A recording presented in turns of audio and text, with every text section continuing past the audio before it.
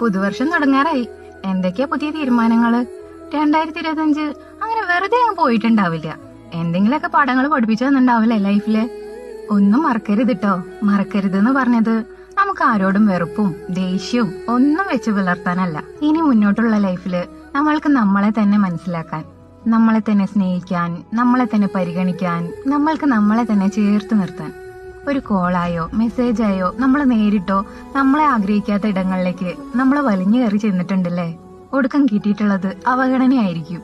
നമ്മൾ ആഗ്രഹിക്കുന്ന ഇടങ്ങളൊക്കെ നമ്മളെയും കൂടി ആഗ്രഹിക്കുന്നുണ്ടോന്ന് ഇനിയെങ്കിലും നമുക്ക് ചിന്തിച്ചു തുടങ്ങാം. എത്രയൊക്കെ നമ്മൾ മറ്റുള്ളവരെ സ്നേഹിച്ചാലും മനസ്സിലാക്കാൻ ശ്രമിച്ചാലും ഒടുക്കം നമുക്ക് നമ്മൾ മാത്രമേ ഉണ്ടാവുള്ളൂ എന്ന് നമ്മൾ തിരിച്ചറിയും.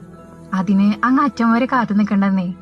ഇന്ന് മുതല്, ഈ പുതുവർഷം മുതല് നമുക്ക് നമ്മളെ തന്നെ സ്നേഹിക്കാം.